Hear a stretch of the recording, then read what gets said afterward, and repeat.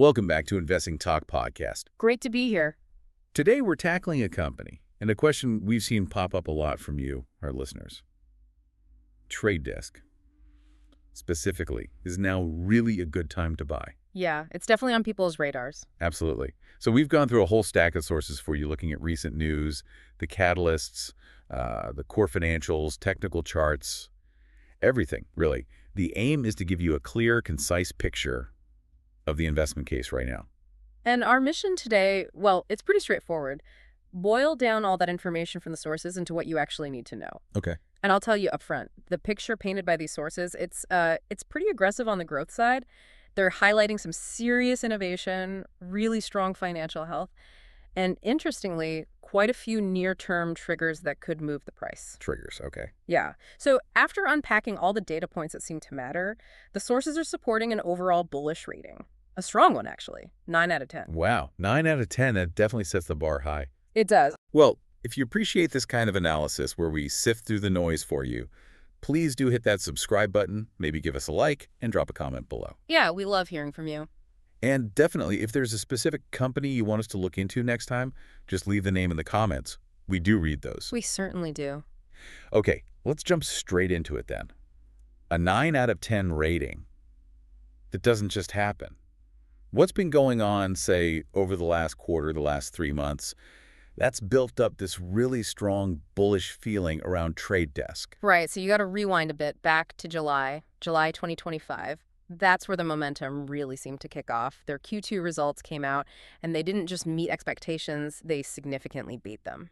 Revenue, EBITDA, both better than predicted. Okay, so a strong beat, that always gets attention. It was kind of a starting gun, you know? It immediately validated their growth story and boosted confidence in how they're running things. And I'm guessing it wasn't just the headline numbers. Did the commentary around those results add fuel to the fire? Absolutely. Market commentary started picking up on how, with programmatic ad spending really taking off, Trade Desk's whole model being independent puts them in a prime spot to gain market share. Right, that independence factor is key for them. Exactly. And another thing flagged back in July was increased talk about potential inclusion in some major growth-focused ETFs. Wow, the ETF inclusion angle. Mm. That could be a subtle but powerful driver, right? Yeah. Just automatic buy-in. For sure. It's often an incremental catalyst, brings in that passive money flow. So July sort of confirmed the numbers and the positioning. Okay, so July set the stage. What happened in August then? What pieces fell into place? August, well, it brought a mix of internal reinforcement and some interesting external signals. Internally, they appointed Alex Kyle. He's a key executive hire, brings a lot of digital transformation experience. Signaling maybe a bigger push on partnerships or expansion? That was the immediate speculation, yeah. Accelerating partnerships, new strategies. But maybe the most important signal in August, according to the sources, was a noticeable uptick in institutional accumulation. Big funds were buying. Okay, hold on. Big funds moving in during August. But the really big platform news hit in September, didn't it? It did. So why were they buying before that? What were they seeing? That suggests they were anticipating something, right? That's the key insight the sources really hammer home. It looks like foresight. They were likely positioning ahead of the expected positive impact from that September announcement. It shows pretty high conviction from, the quote-unquote smart money. Right. And that September news, just to be clear, was the big overhaul of their digital advertising data marketplace, a major strategic move. That's the one, a significant enhancement to their platform. And how did the market react once that news finally broke? Very positively. The stock jumped, surged about 5% just on the announcement, clearly reflected that bullish sentiment about what this upgrade means. A 5% pop is pretty significant for just an announcement. It is. And analysts noted that implied volatility ticked up afterwards, suggesting investors were, and maybe still are, expecting more big moves. Like, the story's just getting started. Okay, the recent news flow is definitely exciting, and you can see how it drives sentiment. But let's pause for a second. Are we just, drinking the Kool-Aid here? We need to look under the hood.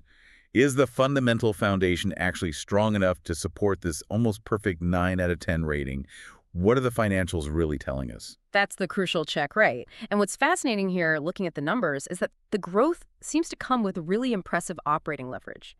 They're not just growing the top line, they're getting way more efficient as they do it. Okay, show me the numbers. All right, so for the full year 2024, revenue hit $2.44 billion. That's up a very healthy 25.6% year over year. 25% growth at that scale is solid. But you mentioned efficiency. What about profit? That's where it gets really interesting. Net income jumped at this 119.7% year over year to $393 million in 2024. Wow, okay, nearly 120% jump in net income. How sustainable is that kind of leap, though? Is that a one-off? Well, the sources suggest it's the definition of scale kicking in. That kind of growth rate proves their infrastructure is super scalable. So each extra dollar of revenue drops more to the bottom line. It's not just good, it's efficient growth. And have they kept that going into this year, into 2025? Seems like it. The first half of 2025, revenue was over $1.3 billion. That's up 22% year over year. Still strong growth. Yeah, and despite them continuing to invest heavily, R&D, platform stuff, net income for that first half was $141 million. That's up 21% year over year. Okay, so profits growing roughly in line with revenue in H1. Still very healthy. Exactly. They're managing expenses really well while still expanding. That's kind of the hallmark of what you look for in a high-quality growth company. Forward projections, by the way, are forecasting around 17% revenue growth for 2025 and 2026, though the consensus suggests that might even be conservative. Right, which brings us to the moat, the competitive advantage. Because ad tech is, it's a battlefield with giants. Right. What actually protects Trade Desk? What makes them a leader? Good question. The first line of defense, honestly, is their balance sheet. It's exceptionally healthy, very little debt, lots of cash. That gives them immense flexibility for R&D, maybe acquisitions, buybacks, weathering storms. Financial firepower? Definitely. Liquidity is well above average for the industry. But the real competitive moat, the thing that defines them, is their independence.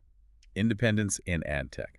Break that down. What does that mean in practice? It means they're the biggest independent platform for buying programmatic ads. They operate unbiased, unlike the walled garden. You mean like Google, Amazon? Exactly. Those guys control the ad space and the valuable user data. It's a closed shop. Trade Desk offers the open, independent alternative. And for big advertisers, that's hugely appealing. They don't necessarily want to rely on platforms run by companies that might also be their competitors in other areas. That makes a ton of sense. It's a massive differentiator. And you mentioned their tech earlier. Yeah, their unique technology, especially with the Kokai AI rollout they've been doing, combined with really deep established relationships with advertising agencies, that whole package reinforces their dominant position. So Kokai is like their special sauce for targeting and data. You could put it that way.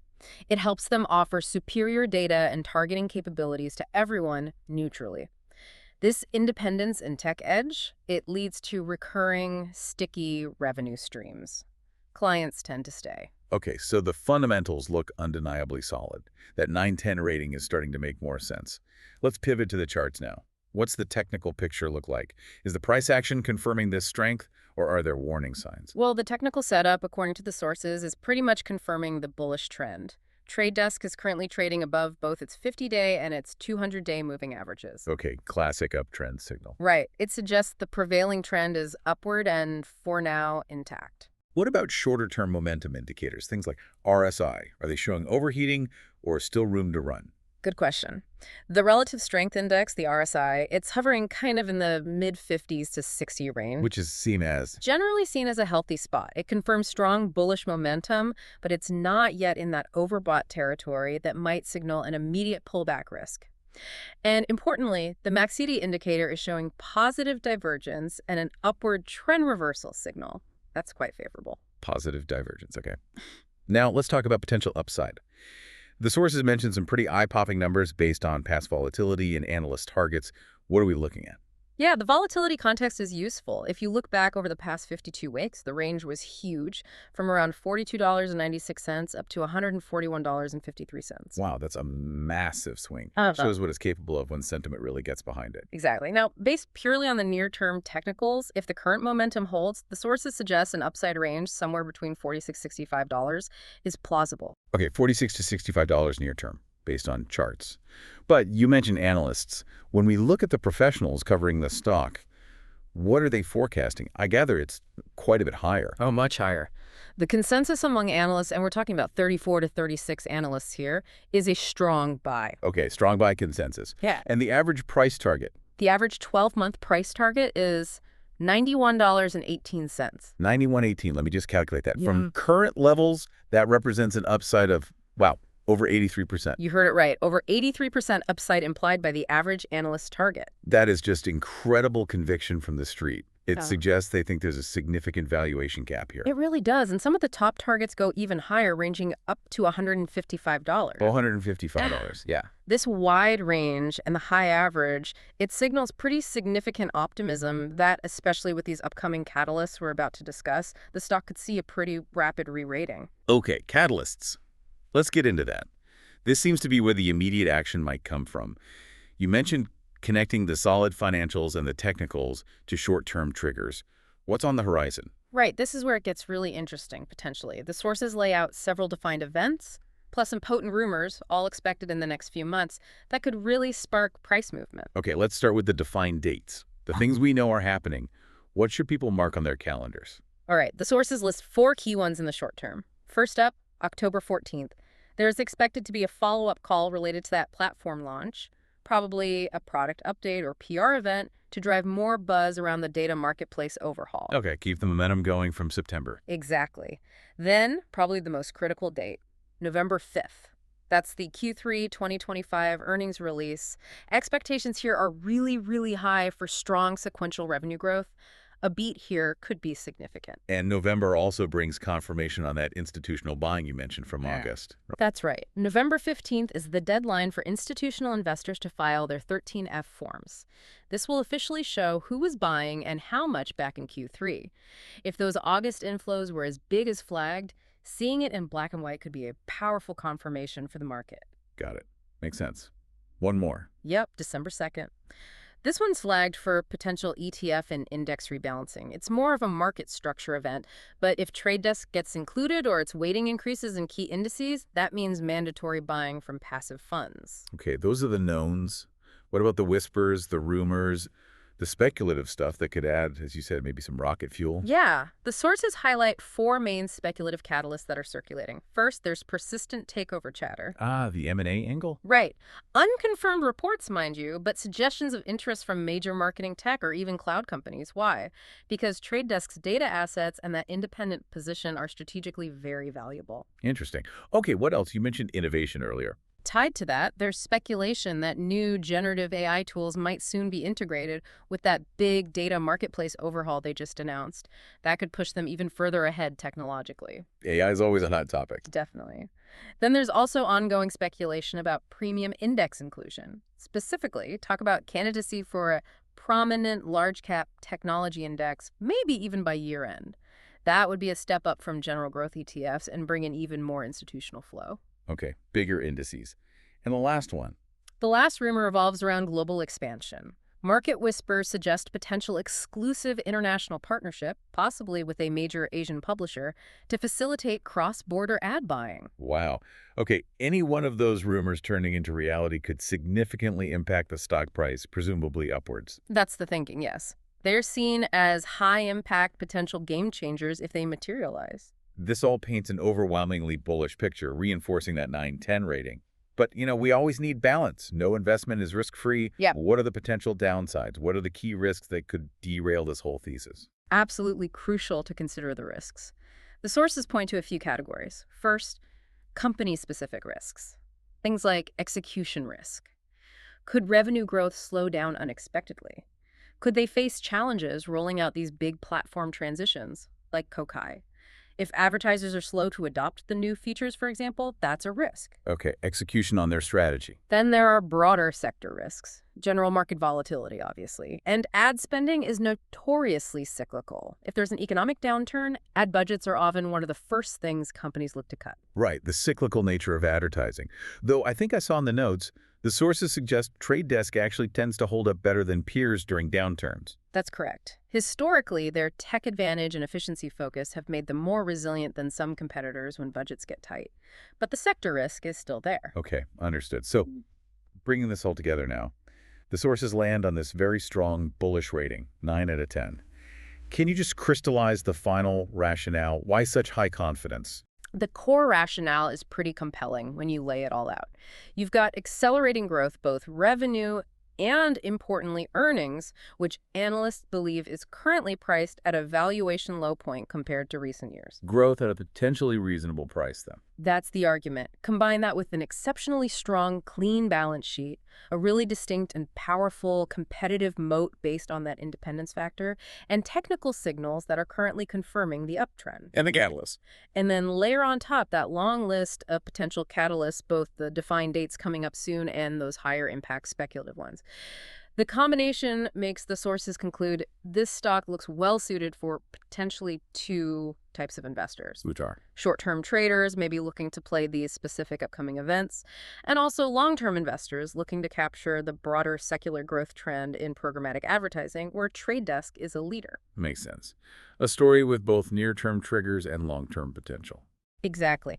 Now, here's a final, maybe provocative thought for you, the listener, to mull over as you weigh all this information. Okay, let's hear it. We talked about that strong institutional buying flagged back in August, right? But the full, detailed picture, exactly which big funds bought, how much we won't actually see that until the 13F filings are public on November 15th. Right. So the question the sources implicitly raise is this.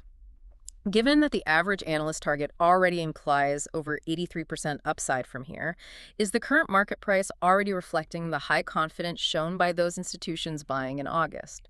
Or is there still significant room for a rapid upward re-rating once the full extent of that institutional accumulation becomes public knowledge later this year? Interesting. So is the smart money already priced in, or is the confirmation still to come and potentially drive the next leg up? Precisely. Something for you to chew on as you consider the sources and your own investment strategy.